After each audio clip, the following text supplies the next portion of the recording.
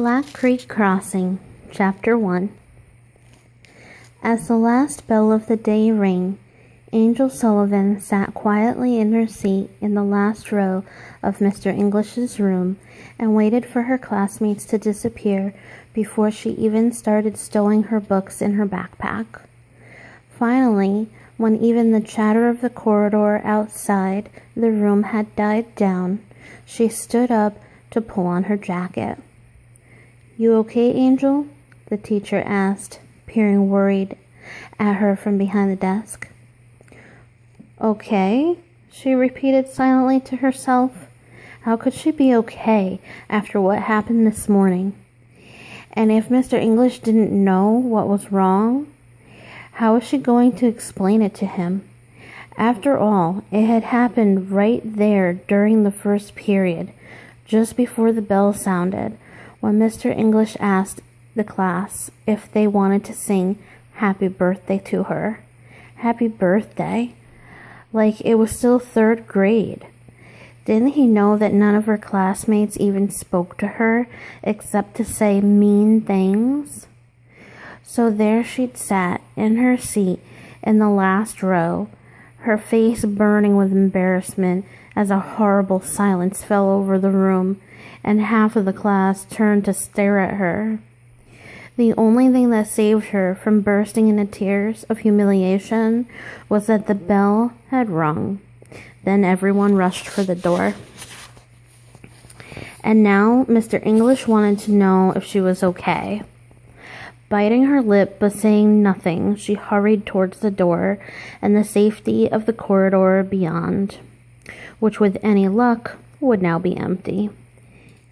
"Angel," she heard Mr. English, but was already out of the room, the door swinging shut behind her. Angel. What kind of name was Angel? For a long time, well, maybe not that long, but for a while anyway, she had thought it was a wonderful name, maybe the most wonderful name in the world.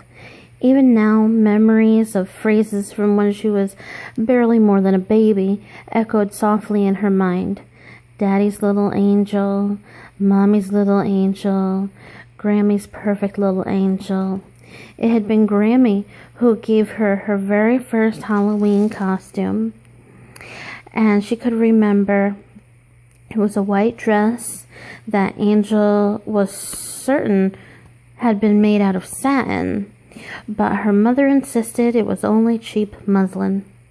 But it didn't matter, because it had white sequins sewn all over it, and it glittered even when she was standing as still as she possibly could. On the back of the dress, there were two wings. Grammy had made them of paper mache and then covered them in white feathers.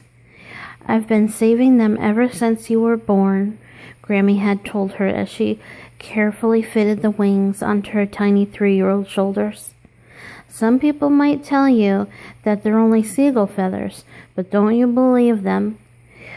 "But if they didn't come from seagulls, where did they come from?" Angel had asked. "Angels," Grammy told her, looking deep into her eyes. "Angels just like you. They come to me when I dream and leave feathers on my pillow. Feathers from real angels, from my own perfect little angel." Angel still had those wings, but they no longer hung on the wall of her room as they once had. Now they were wrapped in tissue paper and packed away in an old hat box that she'd found in the basement of the house that they lived in when she was 9. And even though her mother thought that they should be thrown away, Angel knew they never would be. They were all she had to remember of her Grammy, who died a little while after that wonderful Halloween when she'd worn the angel costume. And Grammy held her hand and led her up to the porches decorated with jack-o'-lanterns. Angel remembered being too shy to knock on the door herself, and too terrified of the strangers who answered the door to call out trick-or-treat, so Granny had done all of that for her too. Then, even before all of her Halloween candy was gone, Grammy had died, and she had been all alone ever since. with the only wonderful feathered wings to remember her grandmother by. After Grammy died, she'd still been Mommy's little angel and Daddy's little angel for a while, and wore an angel costume on every Halloween, but it wasn't the same. Finally, as if they understood she wasn't anything like a little angel, her parents stopped calling her that. The other kids, though, the kids her age, hadn't. And there wasn't a day that went by when someone didn't scream the dreaded phrase at her, "Hey, Mommy's little angel, where your wings get you off the ground? Hey, Daddy's little angel, why don't you use your wings to fly to heaven? Or don't you want to be up there either?" The taunts had gone on year after year. Her mother kept telling her it would stop and that the other kids would get tired of teasing her, but it hadn't. A year ago today, on her 14th birthday, when her mother asked her what she wanted, Angel had blurted out the truth. "Another name. I don't look like an angel, I don't feel like an angel, and I hate the way everyone always teases me." Then she told her mother what she'd been thinking about for months. "I want everyone to start calling me Angie." Her mother had at least tried, though no one else did, except Nicole Adams. Less than a week after her birthday, Nicole Adams and some of her friends had concerned her in the girls' room. "Don't you know anything?" Nicole said, as if talking to a 5-year-old. "Angie isn't short for angel. It's short for Angela. And if you want it to be short for angel, then it should be Angie," along with a Nicole's lips had twisted into a mean-looking smile, to rhyme with mangy. Her eyes glittered with malice. "Hey, that's what we'll call you, Mangy Angie." The rest of the girls had all burst out laughing, and though Angel felt like crying, she hadn't. Instead, she ducked her head, pushed her way through Nicole's crowd of friends, and fled out into the sunlight of the afternoon. And now a whole year had gone by, and it was her birthday again. And nothing was any better than it had been before, except that wasn't quite true. Angel reminded herself, after all, it was fall, her favorite season, when all the trees turned glorious colors and the heavy humidity of the summer gave way to the cool days and nights.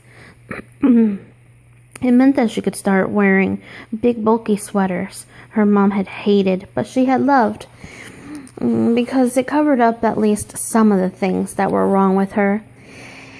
It was also that over the summer, most of the kids appeared to have lost interest in calling her Mangy Angie and had gone back to just ignoring her completely. Or at least they had until Mr. English reminded them that it was her birthday.